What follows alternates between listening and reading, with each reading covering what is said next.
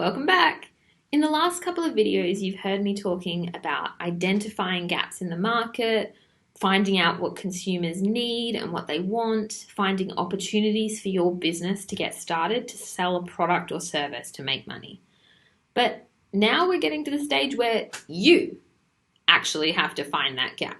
And the way you're going to do that is through something we call market research. And market research is like doing any other kind of research that you do in school, that you do when you're doing an investigation.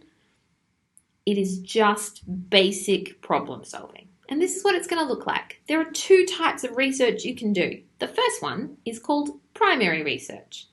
Primary research is when you go out there and you collect the data from scratch. So this is information you go and find that nobody else has collected and written about before. So the ways you can collect primary data can include interviewing, can include handing out surveys or digital surveys, questionnaires to find out what people are interested in. You can do observation. Observation's a good one.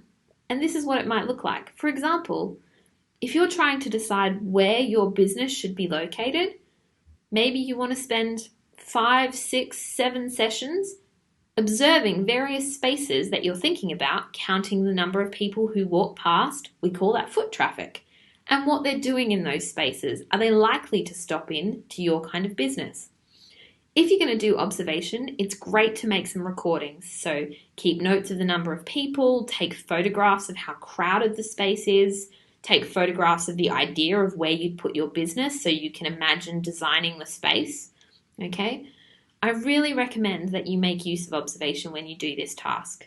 You can run experiments if that's appropriate to what you're trying to investigate, and of course you can run test groups.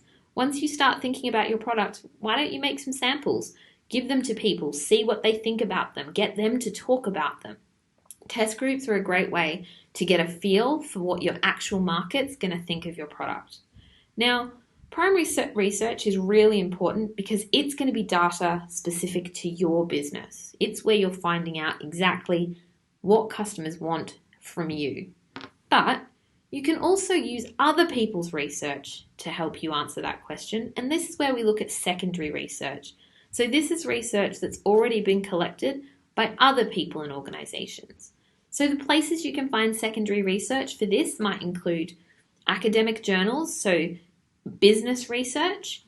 You might also look at company websites for similar companies, for competition, okay?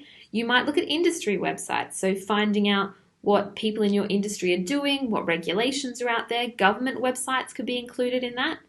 You might also go to your subject textbooks to help you with theory and justification to kind of work out what might or might not work for your business.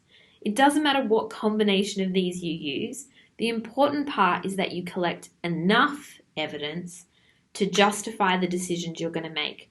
Remember, starting a business is going to cost you some money, whether that money is your own or money that's a loan from family or friends or from another source.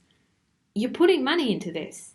So you want to know from your research, are people going to buy your product? How much are they going to be willing to spend on your product?